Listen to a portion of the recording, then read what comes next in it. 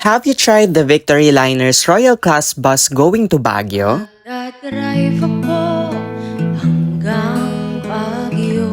Nagbook nga kami online through victoryliner.com at nag-redeem ng tickets pagdating namin sa Cubao Terminal. May lounge access dito na exclusive para sa mga first class and royal class passengers, and we enjoyed their free-flowing coffee while waiting for our boarding time. This is my second time trying the royal class bus because my first experience was really good. The comfort and amenities provided were top-notch talaga, and I can say na sulit ang 1,500 worth na one-way ticket. May snacks included na palato and a free blanket na pwede mong i-take home. Every passenger suite has its own reading light, charging ports, and the best part, may Wi-Fi on board. Sa back section ng bus ay may comfort room so you can go to the toilet anytime during the trip. This is an express bus with no stopovers, kaya within 3 to 4 hours lang, Baguio